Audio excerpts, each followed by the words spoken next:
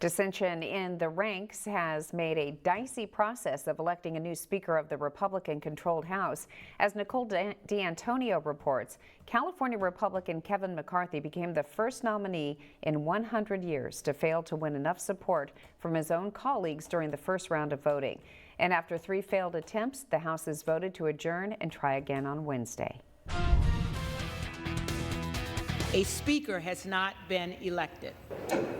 As the 118th Congress convenes, House Republicans have control, but not consensus.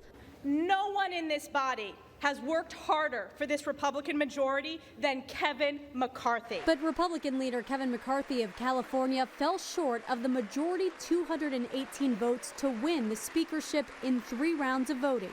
It's not clear whether the embattled GOP leader can rebound.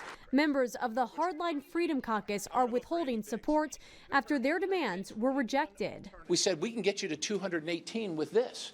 He stood up and he shook our hands and he said, I can't do it. I will always fight to put the American people first, not a few individuals that want something for themselves. For their part, Democrats united behind New York's Hakeem Jeffries as their next leader. He collected 212 votes. Many in the GOP were hoping to avoid any spectacle that divides the party and its leadership in the first days of this new Congress. Do you solemnly swear? Across the Capitol, Vice President Kamala Harris swore in the senators-elect.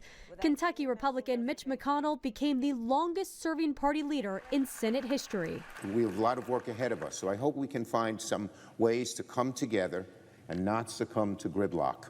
Working to advance President Biden's agenda, Senate Democrats retain a slim majority in their chamber of this newly divided Congress. That was Nicole D'Antonio reporting. 41st Congressional District Representative Ken Calvert issued a statement about opening day of the 118th Congress, saying in part, "The overwhelming majority of House Republicans share my support for Kevin." A small number of holdouts acted out today to prevent the new Republican majority from beginning its work. It's especially frustrating because these members continue to move the goalposts and are incapable of clearly stating the desired end result. They have no viable alternative. If you would like to read Representative Calvert's full statement, you can head to our website, kesq.com.